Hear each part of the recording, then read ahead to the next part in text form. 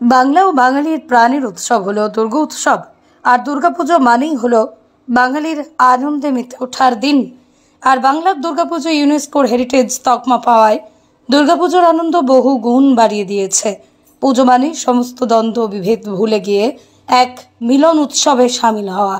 আর আমার কলমের এই প্রতিবেদনের মাধ্যমে আমরা তুলে ধরব হাওড়ার এক দুর্গোৎসবের চিত্র। আমার কলমের পক্ষ থেকে সকল দর্শকদের জন্য রইল বিশেষ প্রতিবেদন।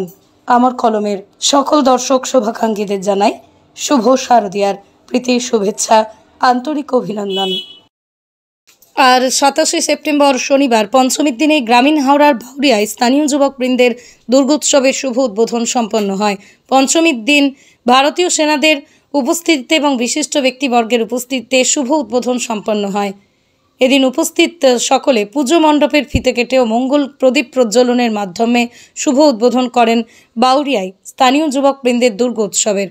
এই উদ্বোধনী অনুষ্ঠানে উপস্থিত ছিলেন ভারতীয় সেনারা, পাশাপাশি উপস্থিত ছিলেন বিশিষ্ট সমাজসেবী বেনু কুমার সেন, উপস্থিত ছিলেন উলুবেড়িয়া পৌরসভার 6 নম্বর ওয়ার্ডের কাউন্সিলর ডেভিড রাও, উপস্থিত ছিলেন বিশিষ্ট সমাজসেবী তথা এই পুজো কমিটির সভাপতি দিলীপ দাস, পাশাপাশি উপস্থিত ছিলেন এই পুজো কমিটির সকল সদস্যরা সহ অন্যান্য বিশিষ্ট ব্যক্তিবর্গরা।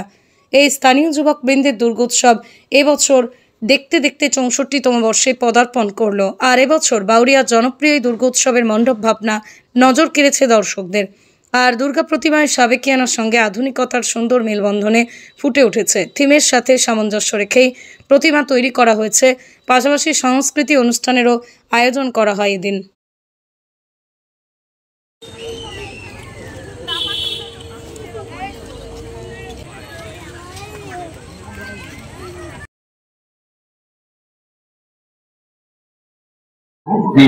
মাননীয় যুববৃন্দের পুজো 64 বছর বরাত্তন করলো এবং পূর্ববুড়িখালী এবং বৌরখালী সমস্ত গ্রামবাসী সহযোগিতায় এই স্থানীয় যুববৃন্দের পুজো হয় এবং এই পুজোকে কেন্দ্র করে দূর দূরান্ত থেকে লোক আমাদের আসে, যারা বাইরে থাকে এই পুজোর দিনে পুজোর আগেই আমাদের এসে হাজির থাকে এবং সহযোগিতার হাত বাড়িয়ে দেয়।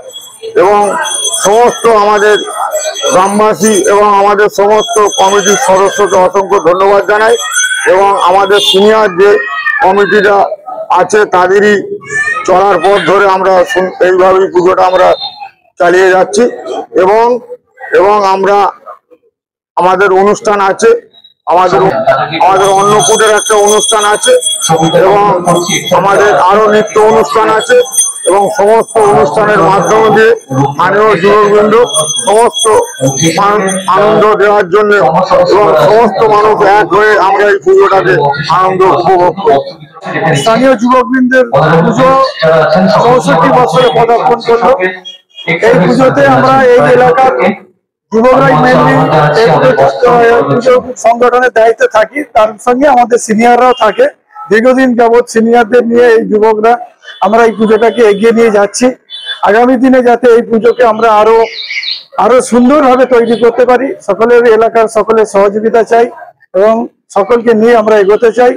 আর আমরা চাই যে এই এলাকার যুবকরা যারা এখনো আমাদের মধ্যে সংগঠিত হয়নি তাদেরকে আমরা আহ্বান জানাচ্ছি, তারা যদি এসে আমাদের এই পুজোর সঙ্গে আরো যুক্ত হয় তাহলে আমরা আরো ভালোভাবে সাফল্য মণ্ডিত করতে পারবো আমাদের এই আশাকে।